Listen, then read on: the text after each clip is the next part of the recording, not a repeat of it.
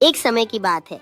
एक बुद्धिमान राजा था जिसके पास एक पालतू तोता था जो अपनी वाक्पटुता से बोलने की क्षमता के लिए जाना जाता था। तोता अक्सर अपनी चतुर टिप्पणियों और बुद्धिमान बातों से राजा और उसके दरबारियों का मनोरंजन करता था और अपनी बुद्धि से सभी को मोहित कर लेता था। जैसे जैसे समय बीतता गया, एक प्रतिद्वंद्वी राज्य ने प्रसिद्ध तोते और उसकी बुद्धिमत्ता के बारे में सुना, जिससे उन्होंने राजा के महल से पक्षी को चुराने की योजना बनाई। अंधेरे की आड़ में जासूस महल में घुस गए और तोते का अपहरण कर लिया और उसे अपने राज्य में वापस ले गए। जब तोता खुद को उस अज्ञात राज्य में पाया, तो वह उसे नई जगह और विशेष ध्यान प्राप्त था, जहां उसकी बुद्धि एक अहम भूमिका निभाती थी।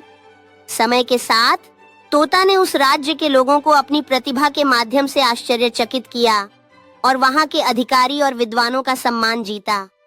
एक दिन एक दुस्साहसी संतोषी दूत ने उस प्रसिद्ध तोते की खोज शुरू की, जिससे महल में हंगामा मच गया और अब राजा को उसे वापस पाने के लिए कठिनाइयों का सामना करना पड़ा।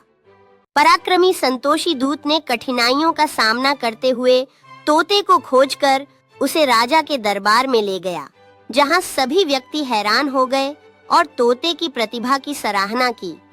राजा ने संतोषी दूत की प्रशंसा की और उन्हें बड़ा सम्मान दिया, जिससे उसने अपने कार्य में नए ऊंचाइयों को छुआ और राज की आदर्श सेवा की। इस राजकीय सम्मान से संतोषी दूत ने अपने आत्मविश्वास में एक नई ऊर्जा पाई और उसने राजमहल के विचार और मार्गदर्शन में महत्वपूर्ण भूमिका निभाई।